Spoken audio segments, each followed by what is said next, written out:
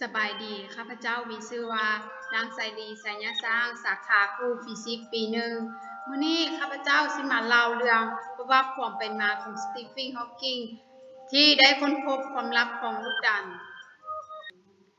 ซึ่งนำพาโดยอาจารย์ปาวีสุวรรณวงศ์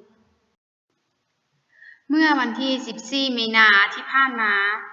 นอกจากจะเป็นวันคล้ายคือวันเกิดของนักวิทยาศาสตร์ที่มีชื่อเสียงโด่งดังระเบิดของไอน์สไตน์แล้วยังเป็นวันแห่งการสูญเสียนั่นก็คือวันจากไปโดยบ่มีวันจะกลับมาของสตีเฟนฮอว์กิงซึ่งเราเป็นผู้ค้นพบความลับของลูกดานซึ่งฮอว์กิงเชื่อว่าลูกดานบ่ได้มีคุณสมบัติที่ดีเด่นอันเนื่องมาจากปรากฏการณ์ทางความดันที่ซับซ้อนณบริเวณใกล้ขอบฟ้าของเหตุการณ์จากการนำเสนอในปี 1974 ก็ได้เฮ็ดการแพร่รังสีของวัตถุดานที่ได้ตั้งชื่อให้เป็นเกียรติแก่สตีเฟนฮอว์กิงในชื่อของรังสีฮอว์กิงตั้งแต่นั้นมาซึ่งรังสีฮอว์กิงมีที่ไปที่มาจากการศึกษารับลมของฮอว์กิงที่ว่าโดยปกติแล้วลูกดานมีความแรงดึงดูดอันมหาศาลซึ่งหากมีวัตถุหรืออันใดๆได้โคจรเข้าไปใกล้ขอบฟ้าของเหตุการณ์นั้นๆก็คือวัตถุหรือพลังงานที่บ่สามารถเร่งความไวของตนเองให้หนีออกมาจากลูกดานได้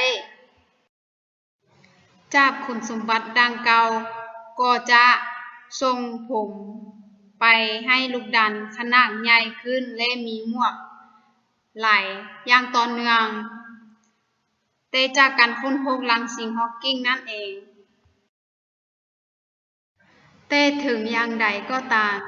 เรายังเป็นเจ้าของผลงานหนังสือชื่อดังที่ชื่อประวัติย่อของกันหลายอีกด้วยซึ่งมีหลายที่ขายไปหลายกว่า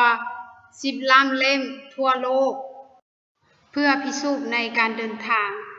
เที่ยวไปในเวลาอดีตนั้นจะสามารถเป็น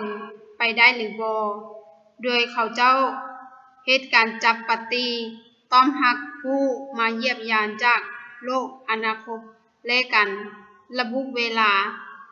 สถานที่มีเอาไว้ในวรรคเชิญอย่างละเอียดและก็หวังว่าเมื่อถึงตอนนั้นทุกคนจากโลกอนาคตอาจจะมีวิทยาการ